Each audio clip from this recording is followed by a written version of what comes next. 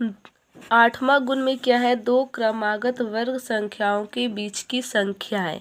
कैसे हम लोग निकालेंगे कि अगर दो लगातार संख्या रहे, अगर दो लगातार संख्या का वर्ग रहे, ठीक है, और उसके बीच कितनी संख्या है वो हम लोग कैसे निकालेंगे, तो वही आज हम लोग जानेंगे इस वीडियो में, ठीक है। n स्क्वायर और n+1 का होल स्क्वायर के बीच आने वाली संख्याएं इक्वल टू 2n, जहाँ n एक प्रकृत संख्या है, ठीक है। n क्या है, एक प्रकृत संख्या है। जैसे यहाँ पर 53 और 54 क्या है, एक प्रकार का प्रकृत संख्या है, तो रहेगा 53 का वर्ग और 54 के वर्ग के बीच में आने वाली कितनी प्रकृत संख्या है। तो इसको हम लोग इस तरह से निकाल सकते हैं। जैसे यहाँ पर n हम ले लिए हैं 53, ठीक है, n इक्वल टू 53 ले लिए हैं, ठीक है ना। तो n स्क्वायर है तो 53 का स्क्वायर हो गया, और n+1 का होल स्क्वायर, तो n तो हम 53 लिए थे और +1 यानी दोनों को जोड़ देंगे तो 54 का स्क्वायर।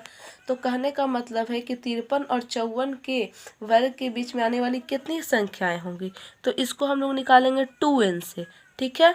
2 और इंटू n को हम कितना लिए थे, 53 लिए थे, तो 53 से इसको क्या कर देंगे, गुना कर देंगे, यानी 106 आ जाएगा, ठीक है। अब यही सेम क्वेश्चन को हम लोग एक तरीका से और निकाल सकते हैं। वो तरीका क्या है, इस तरह से 53 का वर्ग और 54 के वर्ग के बीच में आने वाली प्रकृत संख्या, तो क्या करेंगे कि बस दोनों को जोड़ देंगे, ठीक है, बस दोनों को जोड़ देंगे और उसमें से 1 घटा देंगे। तो 53 और 54 को जोड़िएगा तो 107 आएगा, 107 में से 1 माइनस कर दीजिएगा तो 106 आ जाएगा।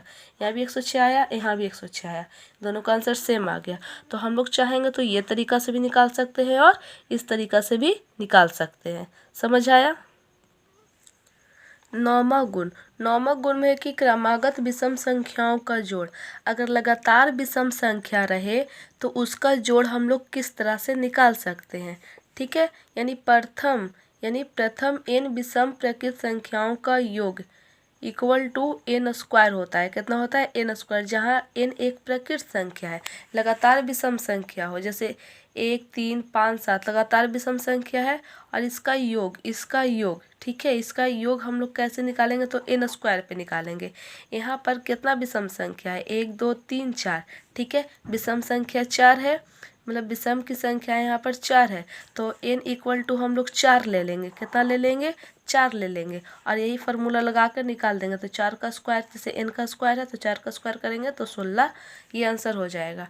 और यही क्वेश्चन इस तरीका से भी हो सकता है। कहने का मतलब कौन कौन सा विषम संख्या है वो ना देकर, ठीक है, वो ना देकर डायरेक्ट ये बोल सकता है कि विषम संख्या कितना है, कौन कौन सा ना देकर विषम संख्या कितना है ये दे सकता है। जैसे प्रथम 4 विषम संख्याओं का योग, ठीक है, डायरेक्ट आपको 4 भी दे सकता है, ये सब ना देकर।